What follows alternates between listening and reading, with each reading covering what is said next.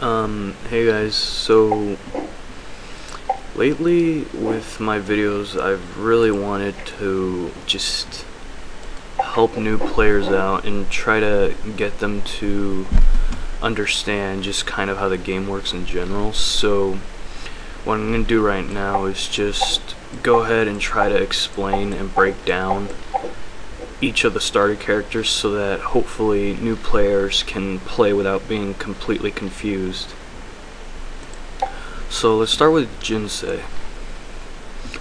Jinsei is one of the starter characters, and her 4 skills are crossbow shot, combat stims, and first aid. Well, I guess Jinsei dodge, but that's just your basic invulnerable move. So with crossbow shot, as it clearly just states right there, that this skill deals 30 range damage to one enemy. So what that is just straight up 30 damage, and it's range damage. What range damage is that it's not affected by skills that counter melee skills. It's considered ranged. Now the cost of the skill is displayed over here up at energy. What 2 blacks means is that it's considered random energy, which means that you can use any energy you want to go ahead and use the attack. So if you have, let's say, 1 red energy, 1 green energy, you can go ahead and just use both of those to use the skill because it does not cost any specific skills or energies. So that's a pretty basic skill with Jinsei. It's just a nice little damage attack whenever you need it. There's not much else to it. It's also her only damaging attack. Now, combat stims. It says that Jinsei, first of all, it's used on an ally instead of an enemy. And what it does is it gives your character an extra energy for 3 turns, but it also deals 5 damage to them for 3 turns. So overall the skill is going to give your character 3 energies and 15 damage, but it's done over 3 turns. What this skill also does is that it removes key afflictions, and characters like Hannah have key afflictions, and it just automatically removes it. In fact, if you have it active on a character and they try to use a key affliction on you, then the key affliction does not even happen. So this energy, again, the cost is over here, and this skill requires a specific energy, and it's a white energy. So you cannot use the skill unless you have a white energy in your pool. And then her 3rd skill is first aid, which is also a really nice skill in the game. What it does is, again, it affects one of your allies, and it heals them 25 health for 2 turns. So you're going to heal 50 HP overall if it doesn't get cancelled. What it does as well is it also removes bleeding afflictions, which is different than key afflictions. Now, one thing about this skill is down here on the class list, every other skill we've seen so far is instant. What instant skills means is that it happens automatically. There's no way to cancel it, and it doesn't matter if the user is alive or not. Let's say I use combat stims and Jinsei dies, that is still affecting the ally. It doesn't disappear. With first aid over here it's channeling, which means any form of contact that makes Jinsei lose contact with the ally will cause the skill to stop. Like if Jinsei becomes stunned, then first aid will be taken off and you will only heal 25 health. Now the energy required up here is, this time it's a specific and a random. What that means is you need to have a white in your energy pool and any other kind of energy to be able to use this skill. Now her last skill is kind of a staple skill to every character in this game. It makes your character become invulnerable for one turn. What that means is, unless a skill specifically states, this character cannot be targeted at all. Like, they won't take any damage, they can't be stunned. It's just basic invulnerability. So one thing I forgot to mention was cooldown of the skills. Cooldown is just basically what it means. It's time needed to be able to use the skill again.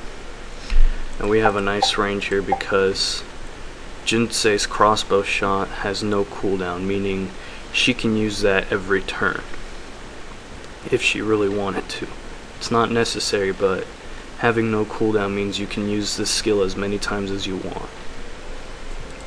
With combat stims, it has a cooldown of 1. That means that you have to wait 1 turn after you've used the skill to be able to use it again. And the same thing applies to first aid. The cooldown here is 3, meaning you have to wait 3 turns in order to be able to use first aid again. So that's basically Jinsei right here. And the next character we'll go ahead and go to is Jozu. Now, let's start with Two Heavens. So, what Two Heavens does is it just deals 20 melee damage to one enemy, and it allows Jozu to use Wakizashi Strike on the next turn only. Now, again, melee damage is different than range damage, because melee can be countered by skills that counter melee skills. Basically, melee is the main form of damage in this game, and it's different than ranged. So over here is the cost again. It's again a specific energy, meaning you have to have that type of energy in your move pool. And like I said down here at the class list, this is the final kind of secondary, I guess you could call it. There's instant, aura, and channeling.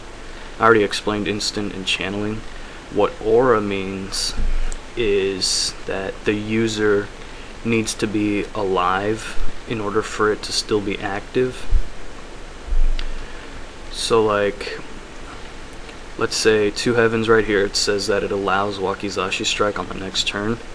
That is the skill right here. Because it's aura, if you use Two Heavens on a character and then Jozu dies, you can't use Wakizashi Strike anymore.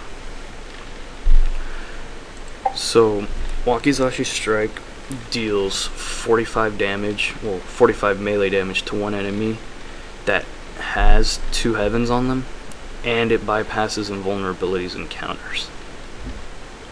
So when I was explaining about invulnerability, this is again a certain type of skill that can ignore invulnerability. Not many skills have this trait, and it's very helpful.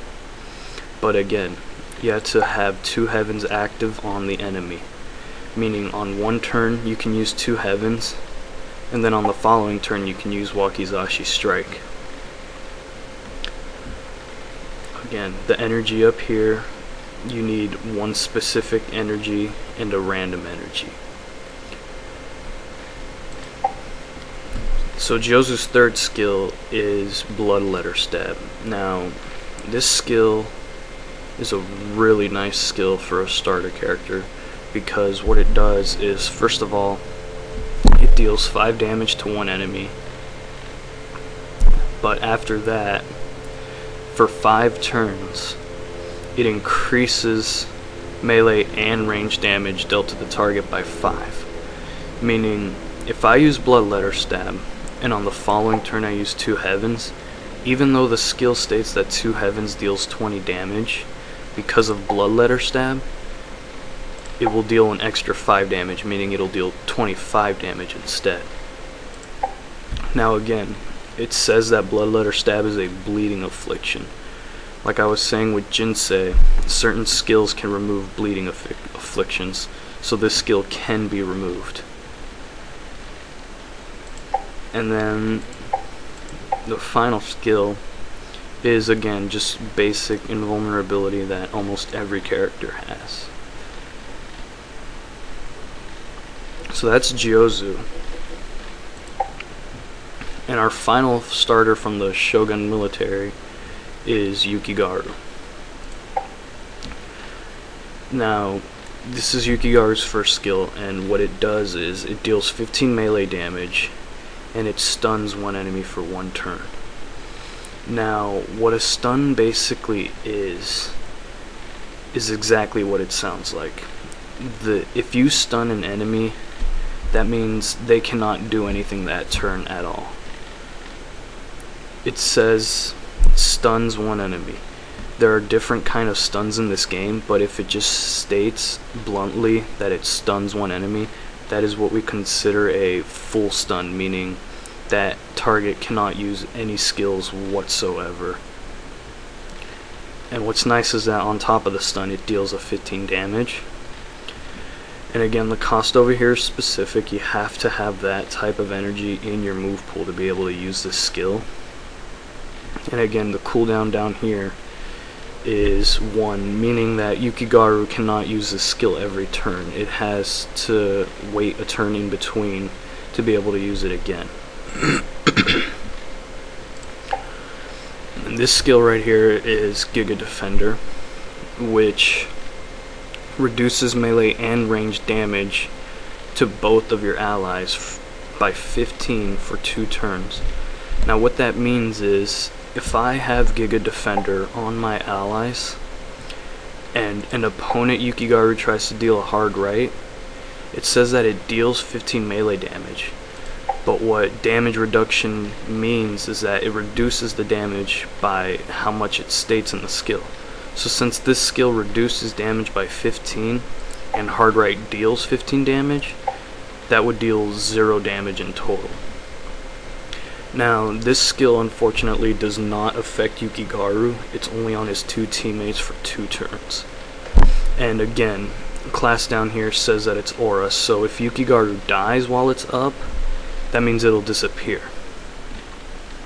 Again, energy over here, you have to have that kind of specific energy in your move pool. And the cooldown down here is kind of high. You can only use this skill every other 3 turns. So let's go to swipe stance. Now here's where the difference in ranged and melee damage comes from. This skill states that it counters the first enemy melee skill performed on Yukigaru. So if Jinsei over here is trying to use that crossbow shot, as I already said, it deals range damage. That means this skill will not counter that. But if Jiozu over here tries to use 2 heavens, which deals melee damage, his skill will be countered. What a counter is exactly what it sounds like again. It means that the skill that the opponent is trying to do will not take effect, and instead Yukigaru will deal 10 melee damage to them.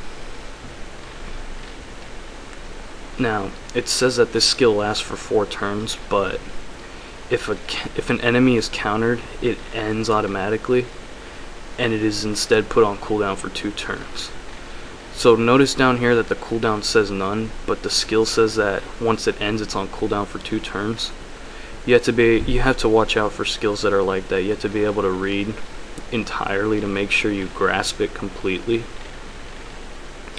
Now again, down here, this is a channeling skill. So if Yukigaru is somehow stunned, this gets removed, which is kind of suckish, but you know, whatever. And again, energy up here, you have to have that energy in your move pool to be able to use this skill. And then his 4th skill is again just a basic invulnerability. There's one for almost every character.